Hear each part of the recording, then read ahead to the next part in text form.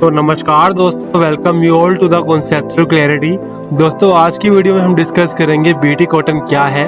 हम ये समझेंगे कि इसकी ज़रूरत क्यों पड़ी थी और हम ये भी जानेंगे कि इसका मैकेनिज्म क्या था और ये इंडिया में फेल क्यों हुआ। दोस्तों बहुत कुछ जानने को मिलेगा, बहुत कुछ सीखने को मिलेगा, बस मेरे साथ बने रहें। तो लेट्स बिगिन।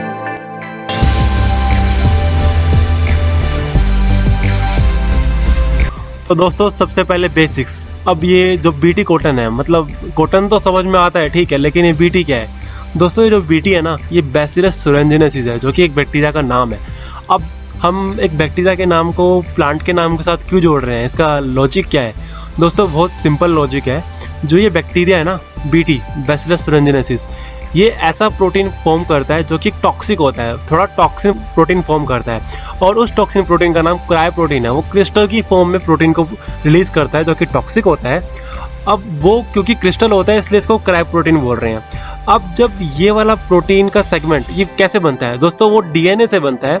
और दोस्तों ये जो प्रोटीन बना रहा है ना, ये बैक्टीरिया का डीएनए बनाता है। उसका डीएनए का एक छोटा पार्ट होता है, वो वाला पार्ट इस प्रोटीन को फॉर्म करता है। तो हम वो डीएनए का पार्ट लेके इस प्लांट के साथ हम अटैच कर देते हैं थ्रू बायोटेक्नोलॉजी। और जब ये बैक्टीरिया का डीएनए प्लांट के डीएनए के साथ अटैच होता है तो प्लांट भी यही सेम प्रोटीन फॉर्म करना शुरू कर देता है। तो आपको थोड़ा बहुत लॉजिक तो समझ में आ रहा होगा कि इसकी वर्किंग कैसे होती है।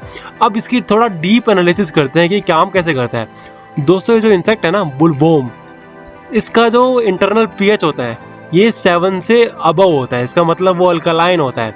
तो जो ये प्रोटीन है ना, क्रायो प्रोटीन, ये अल्कलाइन पीएच में जाके अपने आप को एक्टिवेट कर लेता है। और एक्टिवेट करने के बाद जो उसकी एपिथेलियल सेल होती है ना गट पे, दोस्तों जो हमारे स्टमक की इंटीरियर लेयर होती है ना, उस लेयर में एपिथेलियल सेल्स होते हैं। अब दोस्तों जो हमारा स्टमक होता है ना, इसके इंटीरियर साइड पे एपिथेलियल सेल्स होते हैं। और ये जो प्रोटीन होता है ना, जब ये एक्टिवेट होता है तो ये उन सेल्स पे जाके अपने आप को बाइंड कर लेता है।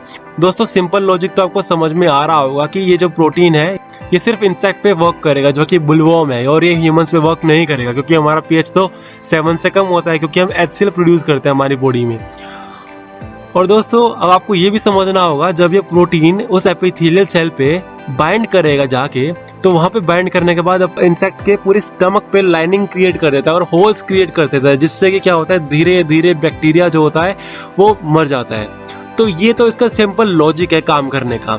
अब आप ये समझिए कि इंडिया में फेल क्यों हुआ।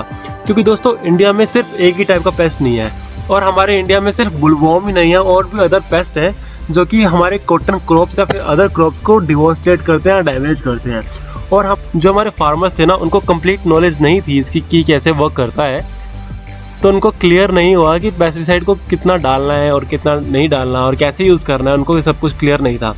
और प्लस ये जो सीड थे ना, ये बहुत ज़्यादा एक्सपेंसिव थे, जिसके कारण वो डेब्ट ट्रैप में फंस गए, या फिर उन्होंने सरकार से लोन लिया या फिर किसी भी अलग जगह से लोन लिया और ये सीड खरीदा। लैक ऑफ क्लैरिटी के कारण इनकी क्रॉप फेल हो गई और मास नंबर में फार्मर्स ने सुसाइड किया, कुछ फार्मर्स ने पेस्टिसाइड को ही पी लिया। तो दोस्तों ऐसे भी इश्यूज रहे हैं हमारे इंडिया में, लेकिन धीरे धीरे JAC ने इस पे काम किया। Friends, JAC is genetic engineering approval committee, जो कि जेनेटिकली मॉडिफाइड क्रॉप्स के ऊपर नजर रखता है, उनकी सुपरवाइज करता है और वो चेक करता है कि वो वर्क कैसे कर रहे हैं, क्या वो फार्मर्स को और लैंड को खराब तो नहीं कर देगा। तो बेसिकली वो जेनेटिक मॉडिफाइड क्रॉप का स्वॉट एनालिसिस करने का होता है। तो दोस्तों आज की वीडियो में हमने समझा कि जेनेटिकली मॉडिफाइड क्रॉप या फिर बीटी कॉटन क्या था, हमने ये जाना कि इसको क्यों बनाया, और हमने ये भी जाना कि इसके मैकेनिज्म्स क्या थे, और ये जाना कि ये फेल क्यों हुआ।